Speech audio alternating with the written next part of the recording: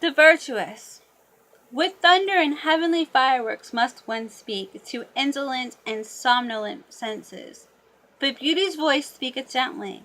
It appealeth only to the most awakened souls. Gently vibrated and laughed unto me today my buckler. It was beauty's holy laughing and thrilling. At you, ye virtuous ones, laughed my beauty today, and thus came its voice unto me. They want to be paid besides. Ye want to be paid besides, you virtuous ones. Ye want reward for virtue, and heaven for earth, and eternity for your today. And now ye upbraid me for teaching that there is no reward giver, nor paymaster. And verily, I do not even teach that virtue is its own reward. Ah, this is my sorrow. And to the basis of things have reward and punishment been insinuated, and now even into the basis of your souls, ye virtuous ones. But like the snout of the boar shall my word grub up the basis of your souls. A plowshare will I be called by you. All the secrets of your heart shall be brought to light, and when you lie in the sun, grubbed up and broken, then will also your falsehood be separated from your truth. For this is your truth. Ye are too pure for the filth of the words, vengeance, punishment, recompense, retribution. Ye love your virtue as a mother loveth her child. But when did one hear of a mother wanting to be paid for her love? It is your dearest self, your virtue. The ring's thirst is in you. To reach itself again struggleth every ring, and turneth itself. And like the star that goeth out, so is every work of your virtue. Ever is its light on its way and traveling, and when will it cease to be on its way? Thus is the light of your virtue still on its way. Even when its work is done, be it forgotten and dead, still its ray of light liveth and travelleth. That your virtue is yourself, and not an outward thing, a skin or a cloak. That is the truth from the basis of your souls, ye virtuous ones. But sure enough, there are those to whom virtue meaneth writhing under the lash, and ye have hearkened too much unto their crying. And others are there who call virtue the slothfulness of their vices, and when once their hatred and jealousy relax the limbs, their justice becometh lively and rubbeth its sleepy eyes. And others are there who are drawn downwards, their devils draw them, but the more they sink, the more ardently gloweth their eye, and the longing for their God.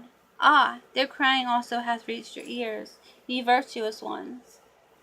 And others are there who go along heavily and creakingly, like carts taking stones downhill, like carts taking stones downhill. They talk much of dignity and virtue. Their drag they call virtue. And others are there who are like 8-day clocks when wound up. They tick, and want people to call ticking virtue. Verily, in those have I mine amusement. Wherever I find such clocks, I shall wind them up with my mockery, and they shall even whir thereby.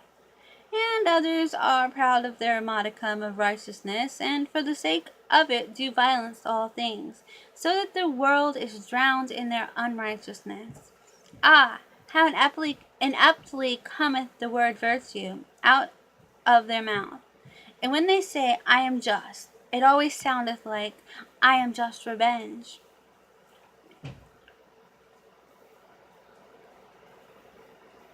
With their virtues, they want to scratch out the eyes of their enemies, and they elevate themselves only that they may lower others. And again, there are those who sit in their swamp and speak thus from among the bulrushes. Virtue, that is to sit quietly in the swamp. We bite no one, and go out of the way of him who would bite, and in all matters we have the opinion that is given us. And again, there are those who love attitudes, and think that virtue is a sort of attitude. Their knees continually adore, and their hands are eulogies of virtue, but their heart knoweth not thereof. And again there are those who regard it as virtue to say, virtue is necessary, but after all they believe only that policemen are necessary. And many a one who cannot see men's loftiness, calleth its virtue to see their baseness far too well. Thus calleth he his evil eye virtue. and some want to be edified and raised up, and call it its virtue, and others want to be cast down, and likewise call it virtue. And thus do almost all think that they participate in virtue, and at least every one claimeth to be an authority on good and evil. But Zarathustra came not to say unto all those liars and fools, What do ye know of virtue? What could ye know of virtue? But that ye, my friends, might become weary of the old words which ye have learned from the fools and liars.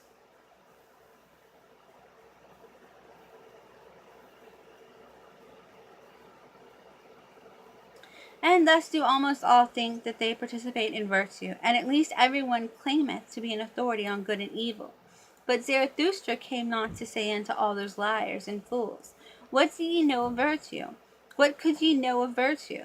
But that ye, my friends, might become weary of the old words which ye have learned from the fools and liars, that ye might become weary of the words reward, retribution, punishment, righteous, vengeance, that ye might become weary of saying that an action is good is because it is unselfish.